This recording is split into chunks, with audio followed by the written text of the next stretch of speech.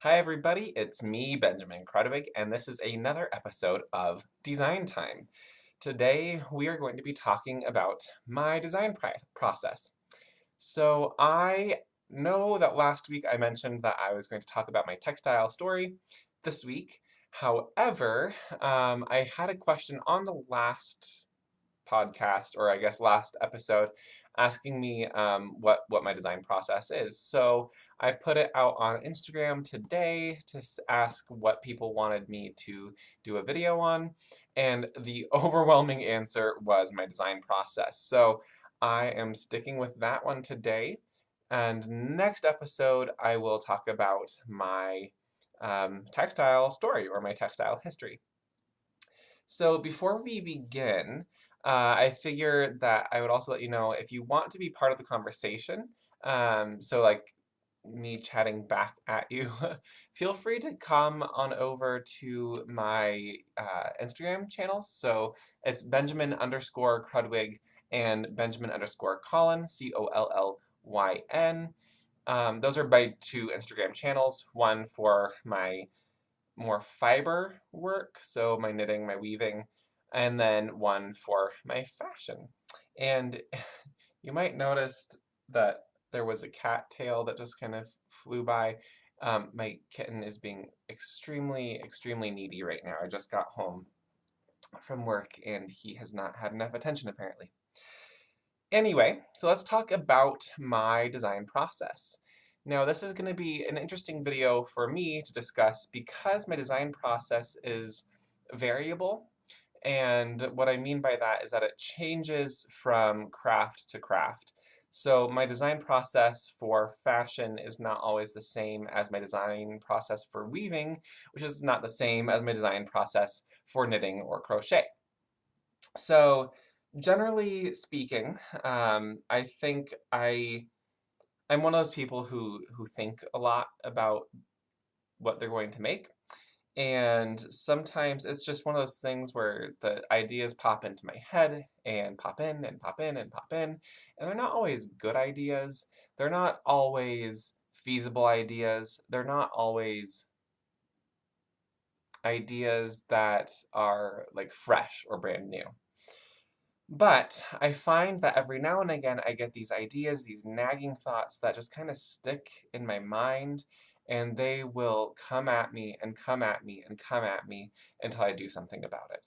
So most of my designing comes from there, that point where something just pops into my head and I have to listen to it because it's going to keep coming up and keep me up at night until I have it come to fruition.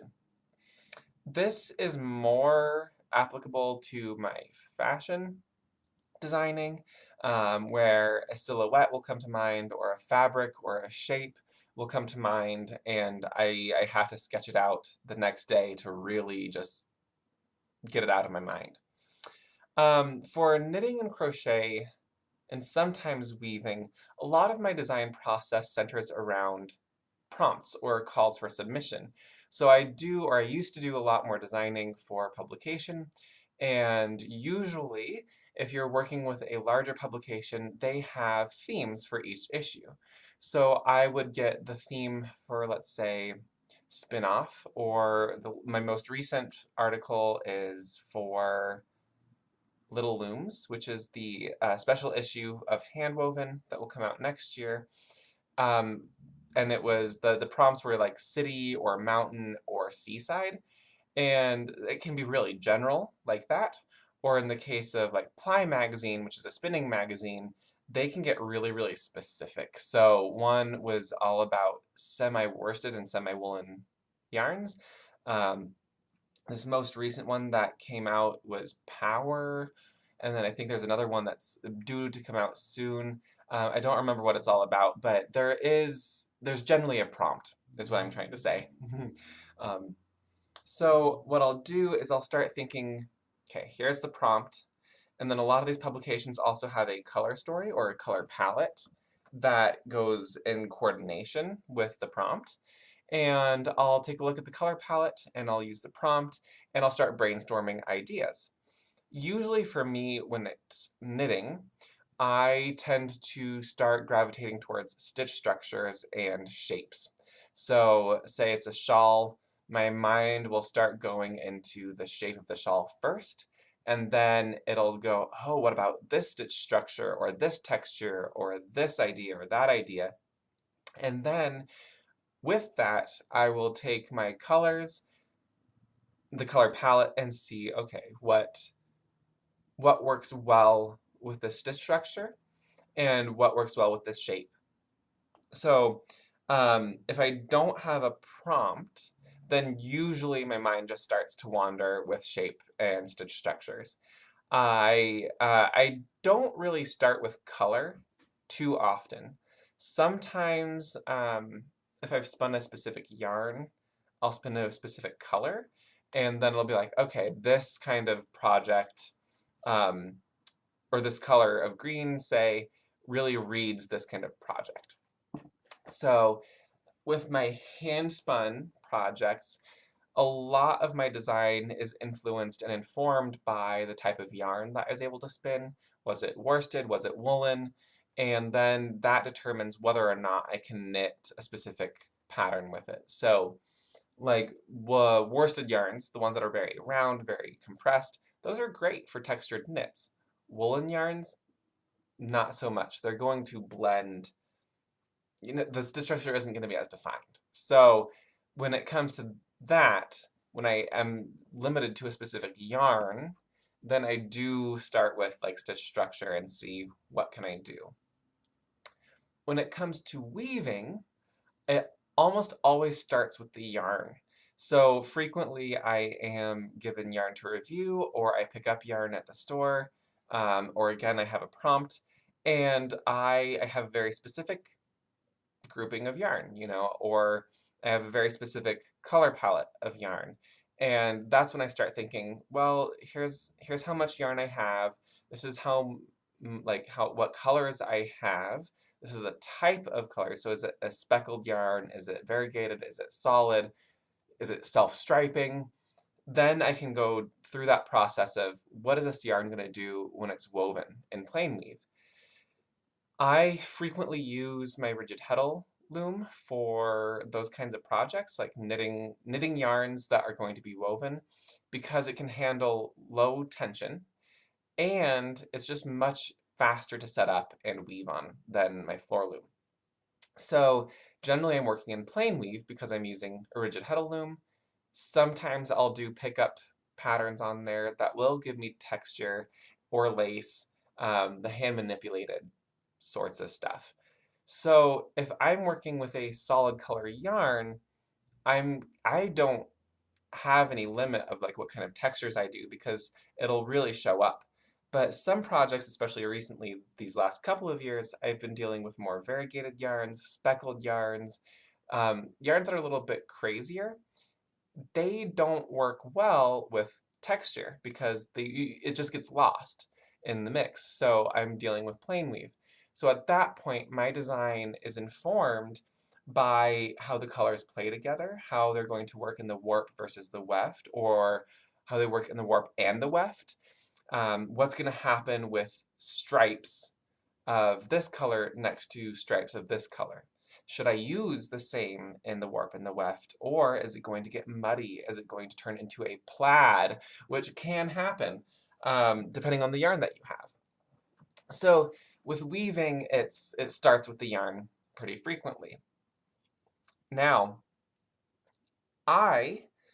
this bridges perfectly into fashion.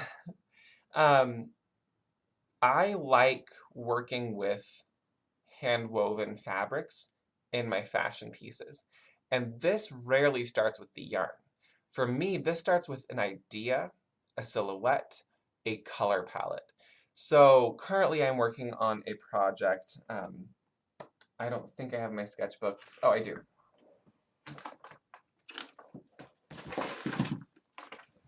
So recently there's a call for submissions for the Chattahoochee Weavers Guild. And the prompt is about color and making something contemporary. And this got me thinking about like fashion and color, and I've been wanting to do another hand-woven fashion piece. It's been a year, really, since I've done yardage for fashion. So I was thinking about, okay, so what does color mean to me? I wear a lot of black and gray in my wardrobe, and I am drawn to a lot of black and gray in my designing. So I wanted to kind of step out a little bit from that and bring in some bold color and think about contrast. So my color palette, based on the yarns that I have at home, I decided on black and lime green. So I want the lime green to really stand out from the black. However, I also want it to be tasteful, and I don't really want it to get a little, like, I don't want it to look costumey or crazy. So from there, I was thinking about different techniques, and I immediately was drawn to doing some pleating. It's been a while since I've done any pleating. I've never done it with hand-woven fabric, and with the set that I'm going to be using, the fabric is going to be fairly thin, or medium weight, I should say. It's not going to be super thin, but it's going to be thinner than some of the really bulky stuff that I've done in the years previous. And it'll be cotton, so it'll have a lot of structure. So I thought pleats would be perfect. From there, I thought about how I wanted to incorporate color into the pleats, and I thought, well, I could just, warp my loom up in black and then weave with the bright green in the weft, and then it would create almost like an iridescent quality where from one angle it would look more black and from another angle it would look more green. But I realized that that wouldn't really work super well with pleats. So I thought, wouldn't it be great to incorporate color into the pleats? How am I going to describe this? Basically, so that the color pops up through the pleat, and only when I want it to. So I thought, all right, I will weave stripes into the fabric, and then fold the pleats so that the really bright, intense green only pops out in the inside of the pleat. So then I thought, how can I make this really elegant and really exciting? Well, we'll carry the pleats up the bodice and then flip the colors out so that the brighter color is on the bodice. And then I'll do just some simple sleeves. So from there, I did a sketch. And you'll notice my silhouette is currently it's a calf length dress. I'm going to bring it up to about knee length. I think that'll be a little bit more of a modern take.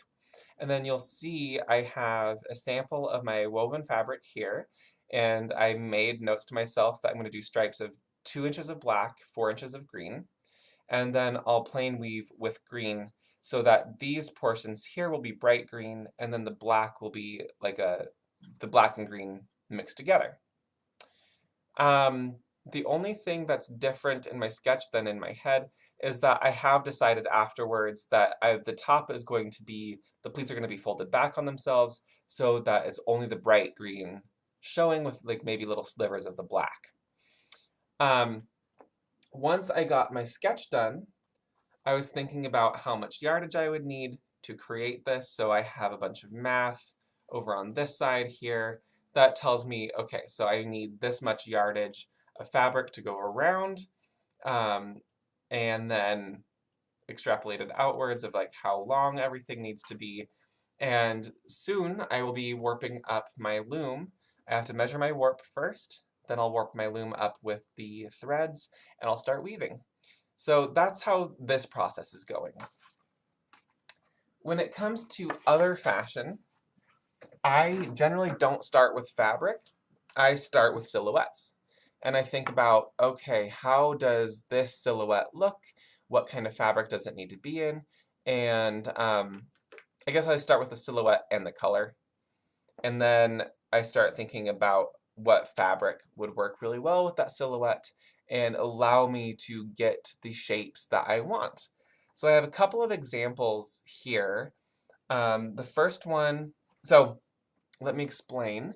I am currently doing a 10-piece collection based off of my Inktober sketches from this last October, and I am starting with 2 of the looks. and I'll share 2 of them with you today. I'll do another video on my Inktober collection later when I have more work done on it. So look for that in the coming weeks. However, I'm going to just show 2 of my looks today. I haven't done any sewing yet, but I've done a lot of sampling. So the first piece I'm going to talk about is this one here. So I did start with a prompt from Inktober, and that was spell. I was also doing Fashiontober at that point, and that prompt was goth. So I created kind of like a witchy look based off of spell and goth. And it's a very drapey, asymmetrical cut dress that I thought would look really good in a satin. So that's what I am working on. I'm going to work on a black satin for this dress. So from the sketch, I needed to really start thinking about how I was going to do these folds. I want them to look very fluid. I want them to look very organic, but I also want them to hold up to wear. As many of you might know, satin is very drapey, so you're not going to really be able to get that structure there, that like really deep fold. You'll get plenty of draping, but you won't get plenty of folding and structure. So from here, I started playing with paper. Oops, and they are pinned together. So I started pleating some paper and folding it and adjusting it to kind of get an idea of how I want it to look. And I noticed after I was playing that I was not getting a very wide pleat, which is fine, but I am able to get really deep pleats. So paper is obviously a lot more rigid than I'm going to be, than any fabric that I'm going to be using. So I then started playing on a smaller scale with some muslin. So I scaled it up a little bit. And here is my muslin. Excuse me, there we go. And you'll notice I was able to get more pleats in this one. It's a little bit more of the scale that I would like as far as the depth of the pleats. I do want them a little deeper. And I think that the structure of the cotton muslin, is working pretty great, but the satin is not going to do that. It's just not going to work that way. So I've decided, based off of my sampling, that what I'm going to do is take some interfacing and iron it in to just part of the pleat. That way I don't ruin the hand of the fabric, but just where it bumps off of the hips over here, there will be just a little rigidity from that interfacing that it will stick out and be a little bit more robust. The beauty of this fabric is that it's going to drape really well and hang really well off of the body, so I'm not going to really have to worry about making sure that it's weighted down. And I do think on this one I am going to make the hat, so we'll see. The next piece that I'm going to work on after that is this one. This is a little bit more of like a couture piece, and the prompt for this one was prickly. So I kind of thought, okay, it's somebody who's really badass, somebody who is going to be maybe edgy, and I'm thinking about armor. I was really inspired by the Heavenly Bodies stuff from the New York, the Metropolitan Gala, the Met Gala from May. Gosh, I believe it was May of this year. And there was this gorgeous Joan of Arc dress that I thought was fabulous. This is not inspired off of that dress, but just definitely thinking about armor and about just kind of badassery.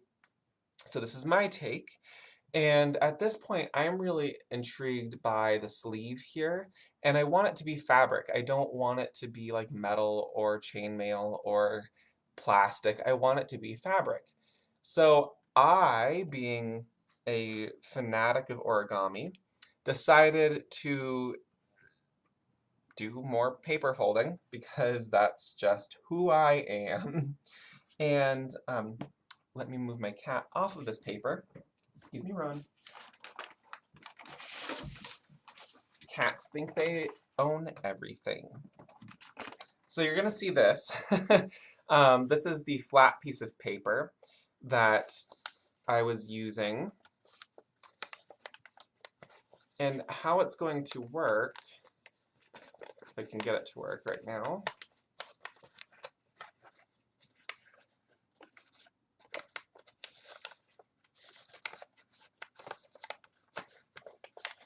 Well, I don't want to waste the time refolding this. Basically, I practiced folding what I wanted to get out of my fabric. Like what shapes I wanted. And this is actually a form that I was really obsessed with growing up. And it's a flexible sheet of origami that's very textured. So once I did the small kind of proof of concept swatch with my paper, I did a larger one. And this is what that looks like. And you're gonna notice all of these blue dots on here, and I'll explain that in just a second. So once I figured out, okay, the paper is going to work, I really like this structure, and I'm going to be able to do it with fabric, I'm sure. So I was thinking, okay, what fabrics would work well with this? Well, certainly satin, silk, that's not going to work super well because of how drapey it is, and I'd have to do a lot of ironing and a lot of stitching to make it really hold its shape. So I figured I'm going to use some suiting material, which is generally a wool, has a lot of structure to it, and if I steam it and iron it pretty well and like press it, it'll hold that shape. You know, it'll remember that shape. So I'm going to do it in some gray suiting material, which is, you know, not super common in dresses. It does seem to be that there's a trend coming up in, you know, this end of this year into 2019 that more suiting will be used in dressmaking. However, I didn't yet, I'm going to do it, but I didn't yet want to ruin that fabric that I got for this purpose by doing a swatch, a folded swatch on there. So I broke out the muslin again, and what I did was I took my piece here that was already folded, and you'll notice that there's some cross marks here. And what that is telling me is that these pieces were together. This is the back side, I believe. Yeah, this is the back side. So I was marking where everything came together because I had come across an awesome tutorial on how to create a smocking texture that was used in some Game of Thrones pieces. So right here, and it was showing this triangle pattern on a grid. Well, clearly that wasn't going to work for me, the triangles, because I had already folded my paper. So what I did is by marking that cross where the join is, that's where I needed to stitch my thread to then pull it and keep it together. So after I double checked that that's going to work on the paper, I took my muslin. I'm going to show you the back side. Oops. And I haven't stitched all of it because I want to show you. So I just took the back side and I marked a grid. And then using permanent marker, just so I could, again, do proof of concept, this will not be used on the final piece. I'm going to use tailor's chalk. That way it'll wash out and not be seen in the final piece. Granted, this is the back side of the fabric anyway. I marked my grid. I pressed every single pleat before I folded it into the final shape. So that was very, very, very important to me that I pressed very strong creases in my fabric. Then I marked my dots, which are the center point of the scale. Let's see if I can get this right. But it's where all of the backside points come together and need to be stitched, right? So up here, you'll notice it's not stitched. but this point right here, these 2 points and the center point are what gets stitched together. And you'll notice that right here and on the rest of the piece. I am going to have to stitch them down, otherwise, as you see, it will unfold. So let's fix that real quick. Okay. So this has still beautiful flexibility, and it has that scale pattern that I love, and even the tips are still free. So it'll, let's see if I can do this. On a sleeve, you'll see it'll still get that lovely scaly texture that you see in this sketch here. I was going to do larger scales. There we go. I was going to do larger scales, but after folding it, I really, really like this particular shape and size. I believe that my grid was on a 1-inch grid. However, that's not the finished scale. They're about just under 1.5 inches, basically, scales. So that, I'm building the textile for this one, and now that it's worked in the muslin, I'm going to try it on the actual suiting material. I'm just going to cut off, you know, like 1/2 yard and just make sure that it works and make sure that the pressing doesn't affect the fabric too much. And then I'm just going to jump right in.